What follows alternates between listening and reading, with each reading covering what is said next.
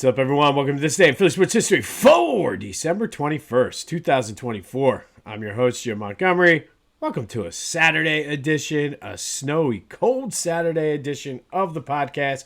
Before we get into today's episode, let's do a little housekeeping. Be sure to follow me on social media, Jimbo_Mont on Twitter and TikTok. On Instagram, at PhillyJimbo. Subscribe to the YouTube channel, Jimbo_Mont. Continue to spread the word. Growing this thing, grassroots movement, as I like to say.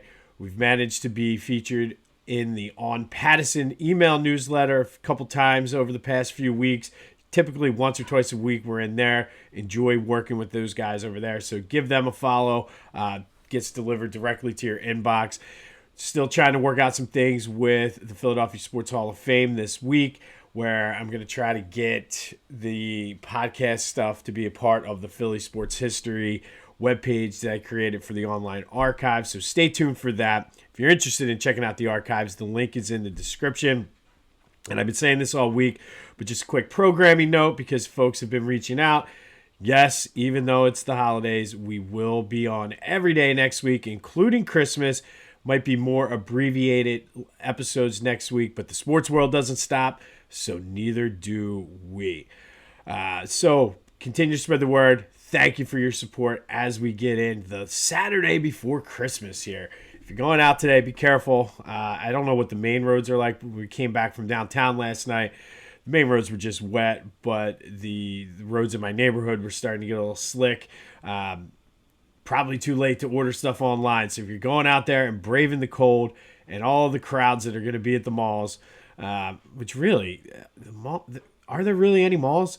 I know there's like Exton, there's Willow Grove, Montgomery, but everybody goes to King of Prussia or does their shopping online. I'm seeing all kinds of things, and I don't know, just a little rant there on malls. But be careful out there if you're going out.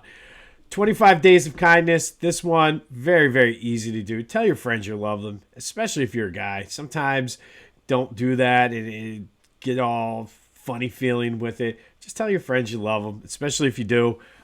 Just go out and, I mean, little things like that. It's not a bad thing to tell your friends you love them. So that is today's 25 Days of Kindness act of the day.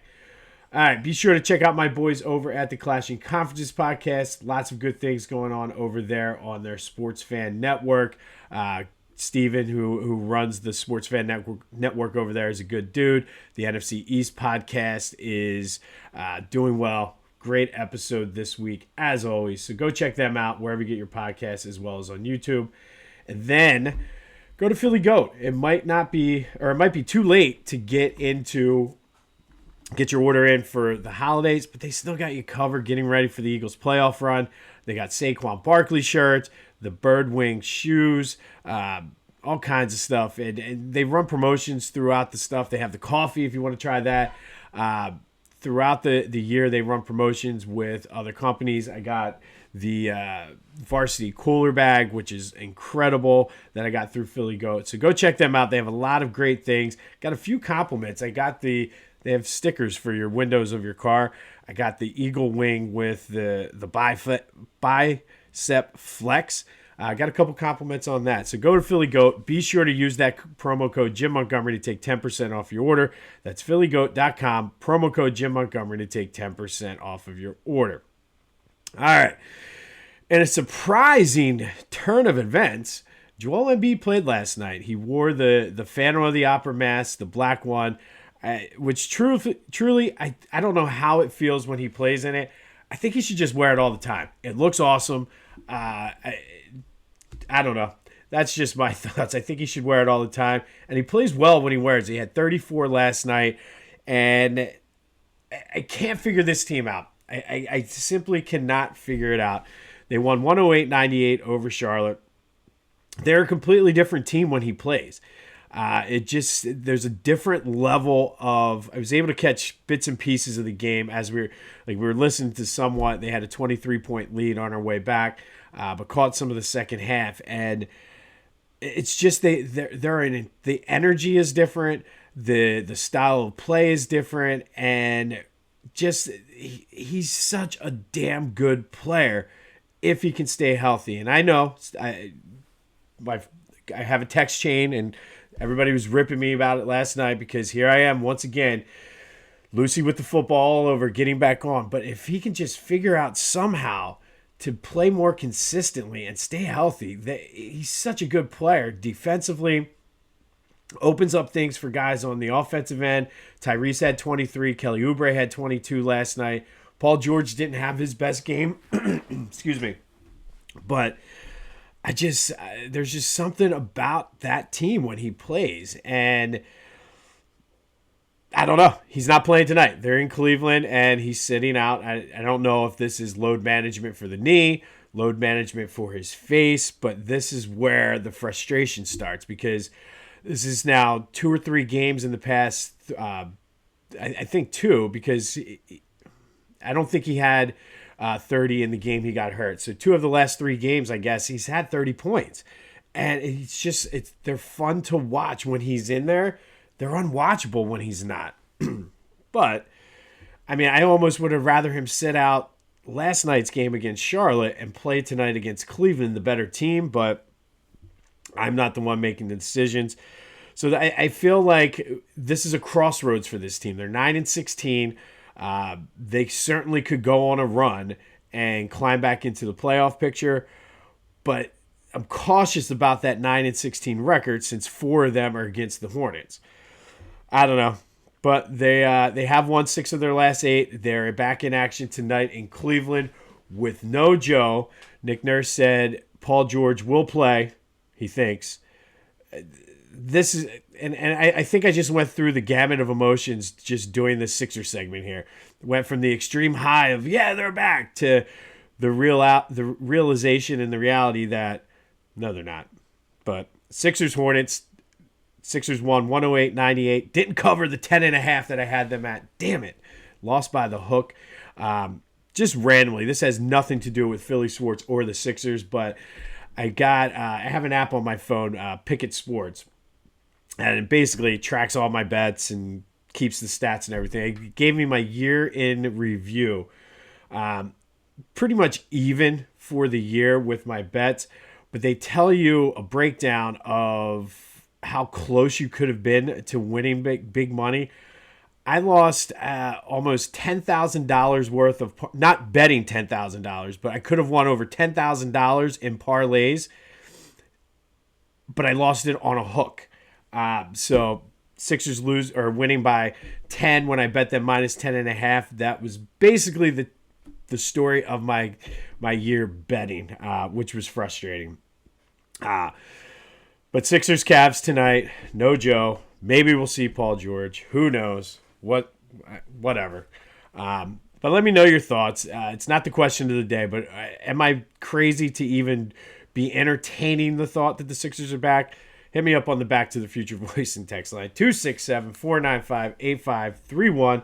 That'll get you in, and I'm not sure what is going on with my lighting here. There we go. All of a sudden, it just got dim. Maybe it's a sign from the basketball gods telling me to slow your roll on the Sixers.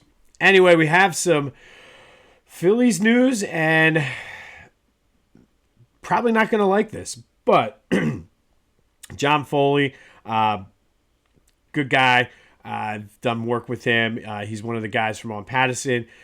Posted a couple clips from Dave Dombrowski's Zoom call with the sports media here, and essentially said he would be surprised if we, quote, got into any impactful free agents from an offensive perspective. Okay, so basically what he just told you is they're running it back. They might look for another starting pitcher who can be flexible, meaning be kind of like the Spencer Turnbull role where he can start, be a long reliever. But Dave, so far this offseason, you haven't really done much to get into any impactful free agents from a defensive or pitching standpoint either. So looks like they're running it back. For some reason, this dude is spooked to making any long-term moves with the farm system. I don't get it.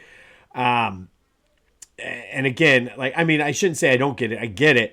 because I still have PTSD from what Ruben Amaro did, but Ruben Amaro was aggressive.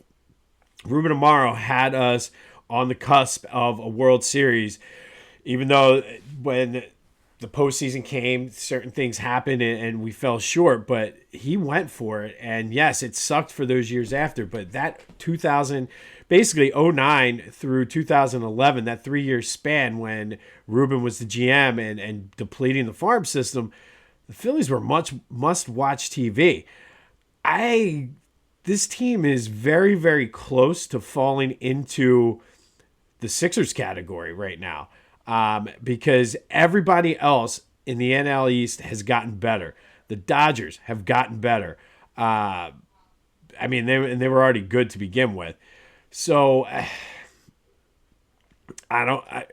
we'll see. I mean, I think they played above their heads for most of last year. So I think the team that finished the season and went into the postseason is likely more who this team is. But if that's what he believes, we'll see. It's just not encouraging at this point in the offseason to hear him say he does not see them coming into any impactful free agency or free agents from an offensive standpoint.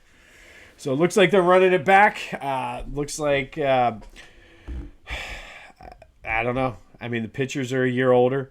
The lineup's a year older. Unless they can get like a sports hypnotist in there to train them to not swing and chase bad pitches, it's going to be a long year. But that's our Phillies news for today. Flyers are in action tonight down at the Wells Fargo Center against the Blue Jackets. Definitely need to tighten up their defense. Defensively, goaltending, and not have the little league period that they've been having where they give up 3-4 goals in a period. Need to tighten it up heading into the Christmas holiday. I believe they have 2 more games before Christmas. So hopefully it gets started tonight down at the Wells Fargo Center against Columbus. All right, let's go into a recap of yesterday's question of the day. I asked you, do the Eagles need the number 1 seed to make the Super Bowl? This was closer than I thought. 57% of you said no, they don't. But the fact that the yes was so high, I don't have any worries about this team heading into Detroit, Minnesota, Green Bay. The only team that remotely scares me is Tampa, and that's just because of what Todd Bowles has done to Jalen Hurts. But 2 of the games that they've lost, he hasn't had A.J. Brown, so we'll see what happens. But thank you, as always, for participating in the question of the day. Excuse me. There'll be another one later in the show. All right. Not a lot of Eagles news yesterday, and probably a good thing the Friday before the game. I guess from an injury standpoint, everybody practiced, I believe. The only ones that have been ruled out for the game are Britt Covey and Bryce Huff. Washington seems to be pretty healthy as well. A.J. Brown made the comment that nobody's healthy right now. And, I mean, you're week 15 now? Or this is going into week 16. So, yeah, I mean, people are going to be banged up. It's just a matter of how much you want it. Looking forward to this game tomorrow. Stay tuned for tomorrow's episode where we'll go over the 3 keys to an Eagles victory. Still looking for that sponsor. So KeyBank, any local car dealerships, hit me up. The only real big news yesterday was Jalen Hurts apparently was fined by the NFL for wearing his 2 different shoes on Sunday. Now, the irony in this is the NFL, and I think it's been deleted since then, on their Twitter account said it's the return of Jalen 2 Shoes and was kind of promoting it and pumping it up that, like, hey, Jalen Hurts is wearing 2 different shoes, and then they fined him for it because it did not match the uniform. To their credit, the Jordan Brand, I mean, it was like a $5,000 fine, which to Jalen Hurts is like a $10 fine. But the Jordan Brand did say that they would pay the fine for Jalen. But, man, like, you want to talk about the NFL just completely not getting it? There you go. Let's promote this thing, but we're going to fine you for doing it. It's all about money with the NFL. But we'll have more on the Eagles-Washington Commanders game tomorrow as the Eagles look to clinch the NFC East. little bit of college football news. The playoffs started. For all you Notre Dame fans out there, Notre Dame beat Indiana, who I believe is slightly overrated. But hey, I mean, they had a nice season. But Penn State takes on SMU today at noon up in Happy Valley. And it got me thinking. Obviously, I'll watch it because I'm a college football guy, not a Penn State guy at all. But here's today's question of the day. Is Penn State a Philly school? Yes, they're in the middle of nowhere, but it's the Pennsylvania State University. So Philadelphia, I think, has one of the bigger alumni bases for Penn State. So is Penn State a Philly team? Are you rooting for Penn State? 267-495-8531. Get you into the Back to the Future voice and text line. Let me know. Is Penn State technically a Philly school? I know to all my Temple guys out there, I'm wearing my Peabody Hall sweatshirt. Trust me, not to me they're not. I mean, you'll be hard-pressed to talk a Temple fan into accepting Villanova as a Philly school. So I know they sure as hell are not going to accept Penn State. But for everybody else that's non-Temple, is Penn State a Philly school? 267-495-8531. And not Philly school in the sense that they're in the Big Five, but from a rooting standpoint, is Penn State a Philadelphia team? Like, should my kids, from a college football perspective, should they root for Penn State? I mean, yeah, they could root for Temple, but I don't even like rooting for Temple football. But let me know your thoughts on the Back to the Future voice and text line. It's going off the rails today on a snowy Saturday. All right, today we're going to go back to 1947. And on this day in 1947, the Eagles beat the Steelers 21-0 in the NFL Eastern Division playoff game. Divisional playoff game for the Eagles-Steelers this day. That game was played out at Forbes Field in Pittsburgh. Both teams finished the regular season at 8-4, necessitating the need for a one-game playoff to see who would go on to face the Chicago Cardinals in the NFL Championship. Tommy Thompson threw for 2 touchdowns, and Boss Pritchard took a punt 79 yards.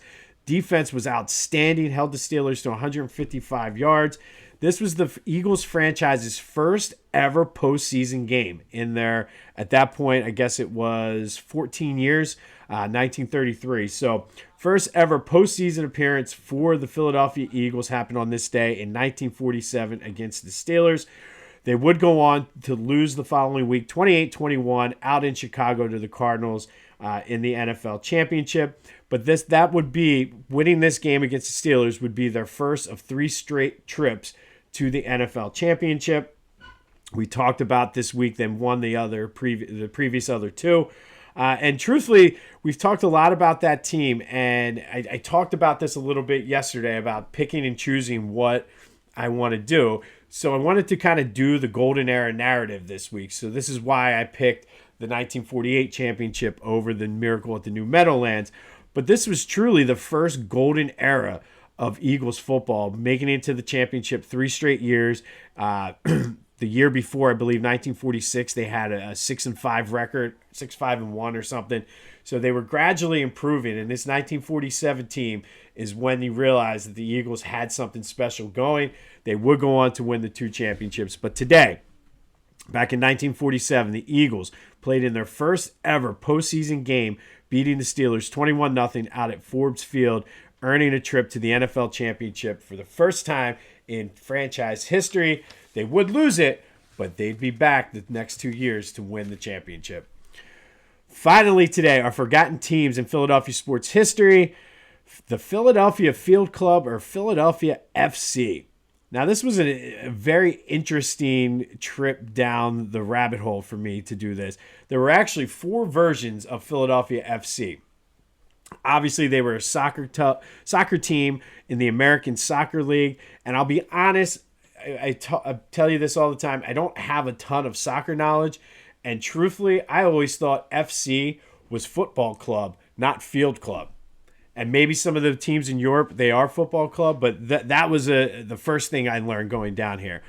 But the Philadelphia FC moved from Bethlehem in 1921, won their first ASL championship in 1921-22 for that season. Bethlehem was a stacked team. They moved to Philly for a year and then moved back to Bethlehem after winning the championship. So new team the next year, same name, Philadelphia FC. So this is Philadelphia FC 2. They joined in the 1922 season. They played in Philly through the 1927-28 season. They weren't very good. They were renamed the Philadelphia Celtic because they were bought by an Irish group. And then ultimately they were suspended by the league for not having money. They went bankrupt after the 1928 season.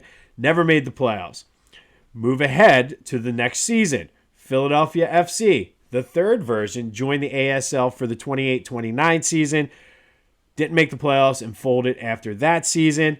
Fast forward to the next year. 1929-30, there was a team over in Bridgeport, the Bridgeport Bears. They played 6 games in Bridgeport before moving to Philly and changing their name to Philadelphia FC. They would only play 8 more games before the season was suspended because the ASL merged with the Eastern Soccer League. So 4 versions of Philadelphia FC. Only one team won the championship, and that was the first version. But essentially, they were the team from Bethlehem. They just came to Philly for 1 year and then moved back. Thankfully for the Union, they did not choose Philadelphia FC as their name. But Philadelphia FC is today's forgotten Philly sports team. 4 different versions from 1921 to 1930.